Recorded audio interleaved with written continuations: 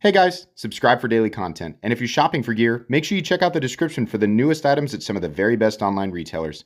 There's also links for some of the items that I personally recommend. Thanks!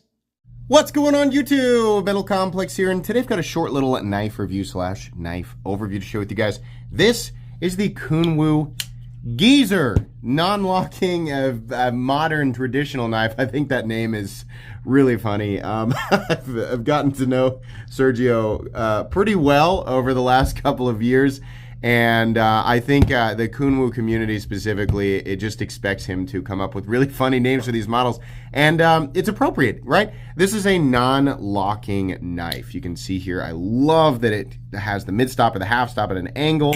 You can close it. Really, really nice. Very easy to open up. It is a premium knife. It comes in two different configurations, either carbon fiber or titanium with an inlay. I'll let you guys check it out if you want to. It's linked down in the description. It does help my channel when you use those links, but that's entirely up to you. Thanks to Kunwu for supplying this knife for review. Thanks to my patrons for supporting me. Please make sure to follow me on Instagram at metal_complex and on TikTok at _metal_complex. So if you live in an area where a locking knife is prohibited, but you still want to get in on some of the modern stuff, some of the modern steels, modern build quality, right? That's what this is. And I think that this is smart, right? Not every, like here in the United States, like a locking knife is like, yeah, like knives lock, right? But in a lot of other countries, it's like, oh my God, a locking knife. Are you crazy? You can't carry around a dangerous weapon like that. So if you live in one of those places, and you want to check out a Kunwu knife, it's possible that you could get your, I mean, depending on exactly where you are, it's possible that you could get your hands on this and it would be legal for you to carry. There are also people in the United States or places where non-locking knives, or I'm sorry, locking knives are perfectly legal that just prefer a knife that doesn't lock. They just don't need a knife that locks, or they just have, you know, some sort of fascination with this specific style. It's very good. I get that. I mean, there's a lot of reasons for many different people to carry a knife like this. It's also like that it's on the larger side. But anyways, enough of the intro. Let's go ahead and measure it. The overall length of the Kunwu Geezer coming in at about 7¼ inches. It's deceptively on the smaller side. I really thought it'd be 7.5 to 7.75, but 3.25 inch cutting edge. I'm sorry, blade length and cutting edge is about 3 inches. If you do live in one of those places where non-locking knives are okay, you should still check the law on blade length. A lot of places are like, yeah, it's got to be non-locking and it's got to be like under 2 inches or some stupid thing like that. Check that just to be sure. But there's your blade length. Let's go ahead and do some size comparisons. Any custom scales you find in this section can be found down in the description under Original Goat and others.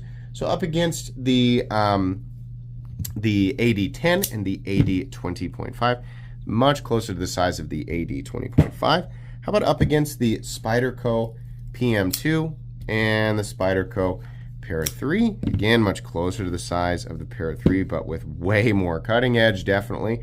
And then finally, let's put it up against the Benchmade Griptilian, or in this case, the Ritter Hogue and the Hogue Deca. So how's the action on this knife? Well, the action is completely different from, you know, your modern sort of tactical, I hate that word, your tactical folding knives. But as far as a slip joint goes, this is pretty much exactly what I look for. Number one, I like to close knives with one hand. Ideally, I like to open them with one hand too, but I do like to close my knives with one hand. I found that when you're dealing with a slip joint, when the half stop or the mid stop is where the blade comes down to 90 degrees, I have definitely, in fact, I bet you have too, I've definitely cut myself many times right here. In fact, I think I've probably got scars right there from doing that.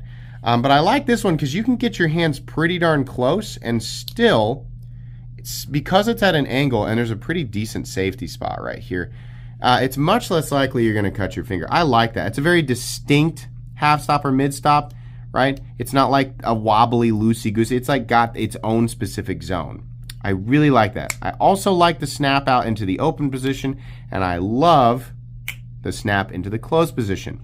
Because of the height of the blade and these two little cutouts right here, it's very easy. The pull is actually, it's like deceptively easy, right? But I mean, I can feel the strength of that. It's just really easy to get a hold of and get it out, which is great. I guess if I was gonna rate that, I'd say it's like a 5. I know that like the pull strength people always want to know. I'd call it a 5 out of 10. That's what it feels like. But I think it's actually probably stronger than that, and it's just very easy to get a hold of, right? But really good. Everything feels snappy, and just like somebody like me who, you know, enjoys more of the modern, you know, stuff like this. This is pretty cool. I'm pretty happy with that. I think the action is great. I don't really have a problem with it. Let's do carry profile thickness up against the Spyderco Para 3. This is a pretty thin knife. I mean, I think it does get wider up here, right? I think it's thicker than it seems. Not quite as thick as the PM2 or Para 3. Carry profile length and height up against the PM2 or Para 3. It's a pretty darn easy knife to carry. It does get a little tall in here, not quite as tall as the hump on the PM2 or Para 3, and it's a little bit shorter than both, almost exactly the same overall length, close length as the Para 3. Let's go ahead and get out my tools for a hardware check. As per usual, my tools are very inexpensive and very recommendable. You can find them right down in the section of my description that talks about the tools I use on this channel. The nice thing about modern slip joints is that you can actually take them apart. A lot of people swear by old school slip joints, and that's fine, but you can't take them apart. That sucks. That's why I don't carry knives. Like, people always ask me, why don't you review this style? And a lot of them I think are really beautiful, and I'm sure they work fine as tools, but man, I hate the idea of carrying around a knife and using it for an extended period of time and not being able to take it apart if I need to. I think a lot of people would argue it's very unlikely you would ever need to take it apart. Great, but if that ever happens, I want to be able to take, if something ever happens where I need to take it apart, I want to be able to take it apart rather than just being like, well, I guess it's just stuck like that forever. That's why. I like to be able to take my knives apart. This is a T8 and T6 back here, which is fine, no big deal. T6 for the filler tab, all of this. Should be pretty darn easy to take apart. As long as you have the right tools for the job, should be good to go. Would prefer that those were T8, not T6 screws in the body, but okay, whatever. Weight. Keep in mind, this is the titanium version. The carbon fiber version is probably going to weigh substantially less, but I doubt this thing is super heavy. So what do we have here? We have LMAX, which is fantastic. You're not going to find LMAX on your case knives and stuff. Again, I'm not trying to come. I know people are going to get after me. How dare you?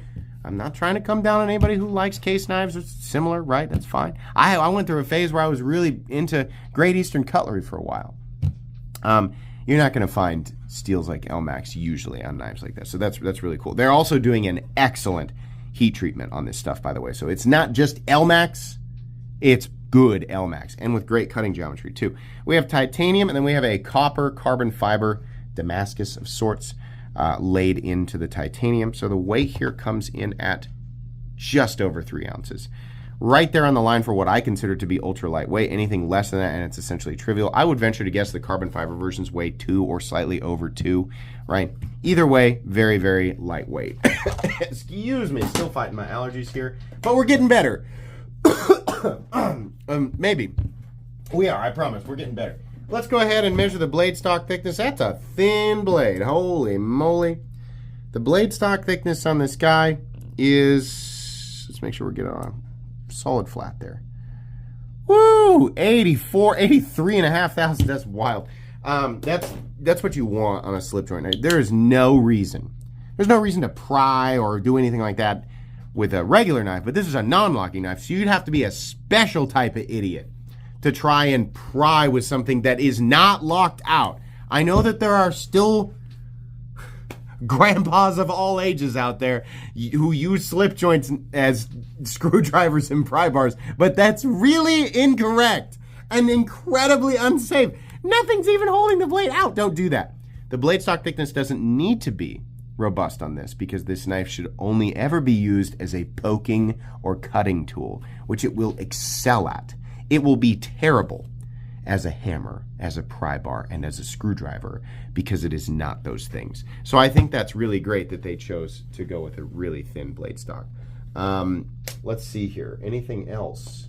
No, I think it's time to go ahead and get into the meat and potatoes here. I love that this is on the larger side because folded up, even with the blade height and like the total size of the object, it's very compact and very thin and very lightweight. And the carbon fiber ones will be even more lightweight. But when it's open, it has this much more commanding presence because of the blade height. So it really does feel like a full-size knife. Now, I don't have any paper here. Oh, yes, I do. There's some right here. What do I have on this? We have somebody's information on there, some social media on there, but sorry, caught it on the end there. But wow, yeah, that blade really, it's just like a laser beam through this paper. It is extremely thin. You can see the curlicues there. And, you know, slicing up paper doesn't really prove anything, but that blade, it's very noticeable how thin the blade stock is and how well the actual cutting edge is done and how thin it is behind the edge. Feels really good. It's still not going to be open L thin, but this is going to cut, and it's going to cut for a very long time. Elmax has excellent edge retention, especially as you get up there higher in those HRC numbers, which Kunwu is definitely doing, right? It's also reasonably tough and plenty stainless. You don't really need the toughness properties in Elmax, but it's not like, this isn't like a created for toughness composition. This is bowler steel. It's made, generally speaking, for its combination of corrosion resistance and edge retention. And I think that those properties are well accentuated in something like this. I think that's really, really cool. It's also cool that it's just, you know,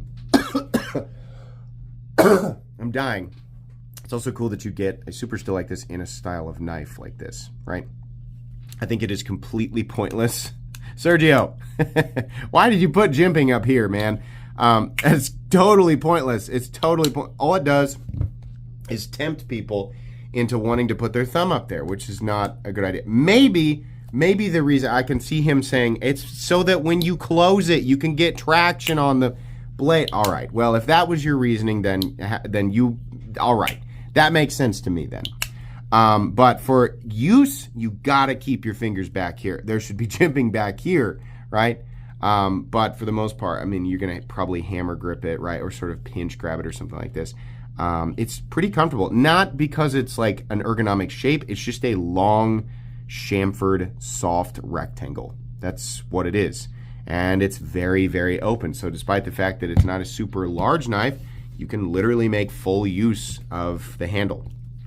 I like the look of it. It's cool. It's unique. Has this cool inlay. Big fan of the copper and the aluminum carbon fiber Damascus stuff that's been kind of, you know, making its way through the community lately. It's really cool. I'm not the biggest fan of the standard satin finish. I really wish that Kunwu would figure out how to do a high reflectivity tumbled finish. Not a matte, you know, concrete looking tumbled finish, but like a high, kind of like what's on the Spyderco Python.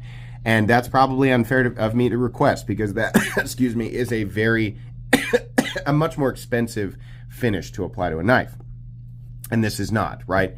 It would be cool to see something like that. I think that would really make Kunwu knives stand out. They do an excellent job with their DLC, their satin DLC. I think it looks beautiful, right? You guys really need to do a full a black DLC titanium version of one of these. That'd be like the ultimate tactical slip joint. I think that would be awesome. As of right now, there's only a few versions of these that you can get, and I think that they're just fine, right? Just a couple little things there. This is ambidextrous in terms of the pocket clip mount, as it should be, because there's no, you know, there's no locking system. It's literally just this big long spacer that is creating the tension on the blade for the lockout and the half stop and the closed position.